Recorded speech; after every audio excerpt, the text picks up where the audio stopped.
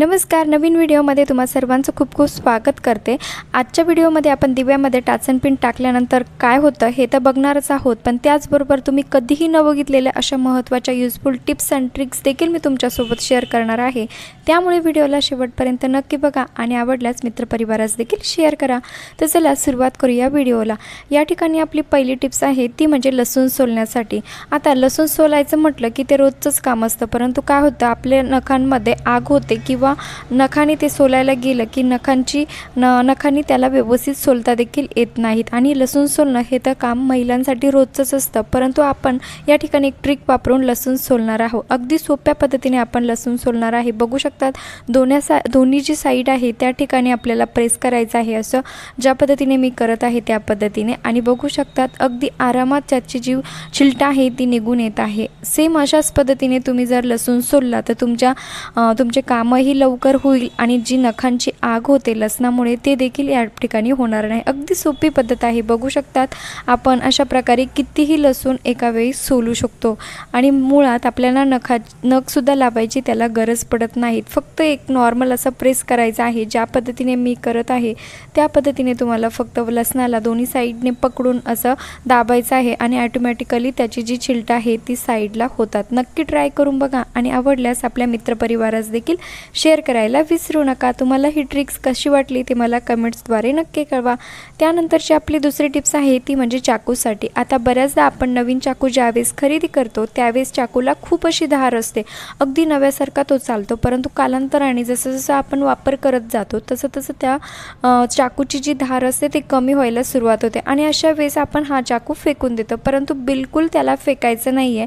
Please असं करू नका। तुम्ही ह्या धार गेलेल्या चाकूला अजिबात फेकून द्यायचं नाही। आपण अगदी नव्यासारखं याला घरच्या घरी कसं बनवायचं ते बघूया। बघू शकतात आपल्याकडे असा कप तर असतो, कप हा सर्वांच्याच घरी असतो। अशा प्रकारे आपल्याला कपची जी पाठीमागची जी साईड असते, हे जे काठ असतात त्यावरती आपल्याला हा चाकू अशा पद्धतीने घासून घ्यायचा आहे। आता यामुळे काय होणार आहे, ज्यामध्ये कपामध्ये जी माती असते त्यामुळे त्यावरती घसल्यानंतर एक जो चाकूची जी धार जी असते कमी झालेली असते त्याला एक प्रकारची धार येते आणि जो आपला चाकू खराब झालेला असतो जो की आपण फेकून देणार असतो तो अगदी नव्यासारखा चालायला या ठिकाणी लागतो।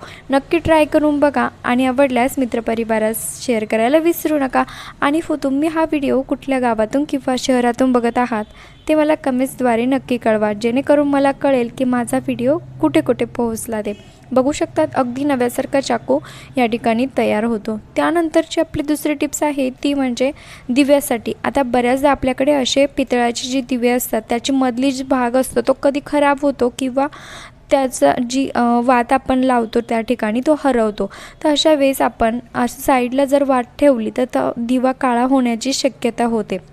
बघू शकतात अशा प्रकारे जर आपण वात लावायला गेलो ती कडाची जी दिव्याची साईड असते ती काळी होते। अशा प्रकारे बघू शकतात अशा प्रकारे दिवा जो आहे तो काळा होतो, परंतु असं होऊ नये यासाठी अगदी आपण सोप्या पद्धतीने या दिव्याची वात लावणार आहोत। बघू शकतात अशा प्रकारे जर तुमच्याकडे दिवा असेल आणि जो मधली वात लावण्याचा जो सेंटर असतो तो जर हरवला असेल किंवा खराब झाला असेल तर अशा पद्धतीचे ट्रिक्स तुम्ही नक्की वापरू शकतात। आपल्याला लागणार आहे या ठिकाणी टाचन पिन आणि टाचन पिनला असं आपल्याला जे दोन्ही भाग आहे ते असं सरळ करून घ्यायचे आहे, सेम पद्धतीने ज्या पद्धतीने मी करत आहे त्या पद्धतीने।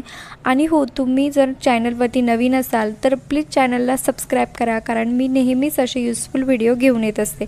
बघू शकतात अशा प्रकारे। आता माझ्याकडे छोटी पिन असल्यामुळे माझा तो दिवा मोठा आहे। तुमच्याकडे जर मोठी टाचन पिन असेल तर तुम्ही तिचा देखील वापर करू शकतात। मी छोटी पिन असल्यामुळे छोट्या दिव्यासाठी याचा वापर तुम्हाला करून दाखवत आहे। अशा पद्धतीने आपल्याला जो मधला सेंटर आहे त्या ठिकाणी वात ओवून घ्यायची आहे आणि दिव्यावरती अशा पद्धतीने ठेवून द्यायची आहे। नक्की ट्राय करून बघा आणि जर तुम्ही अशा पद्धतीने जर वात तयार केली टाचनाच्या मदतीने तर तुमची जी दिवा आहे तो लवकर खराब होणार नाही आणि जी कडेला जी आपला दिवा जो काळा होतो तो देखील या ठिकाणी खराब होणार नाही। आणि तुम्हाला जर ही ट्रिक आवडली असेल, थोडी जरी ट्रिक आवडली असेल तर प्लीज इतरांना देखील शेअर करा, कारण त्यांचा देखील अडचणीच्या वेळी प्रत्येकाला काही ना काही ट्रिक्स माहिती असायलाच हवी असते। बघू शकतात आहे का नाही मजेशीर। तुम्हाला ही ट्रिक्स या कधी माहिती होती का ते मला कमेंट्सद्वारे नक्की कळवा। त्यानंतरची आपली दुसरी टिप्स आहे ती म्हणजे ॲपलसाठी। आता बऱ्याचदा आपण असे ॲपल आणतो आणि काय होतं की ज्यावेळेस आपण हे सफरचंद खरेदी करतो त्यावेळेस प्रत्येक सफरचंदवरती असं स्टिकर लावलेलं तुम्हाला दिसत असेल. बघू शकता ज्यावेळेस आपण सफरचंद खरेदी करतो त्यावेळेस हे स्टिकर याला लावलेलंच असतं. परंतु तुम्ही जर ॲपल खरेदी करायला गेलं तर शक्यतो हे स्टिकरवाले ॲपल कधीच घेऊ नका. कारण का घ्यायचे नाही आहे हे तर मी तुम्हाला सांगणारच आहे. बघू शकतात अशा पद्धतीने आपण हे स्टिकर आता काढूया आणि स्टिकर काढल्यानंतरच बघू शकतात तुमच्या समोरच आहे किती खराब झालेलं हे जे ॲपल असतं.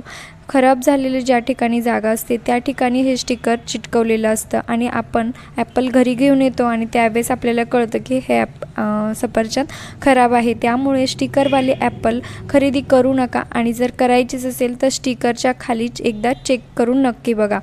बघू शकतात अशा पद्धतीने तुम्ही तुमची जी अवघड कामे आहे ती सोपी करू शकतात. व्हिडिओ आवडला तर लाईक करा.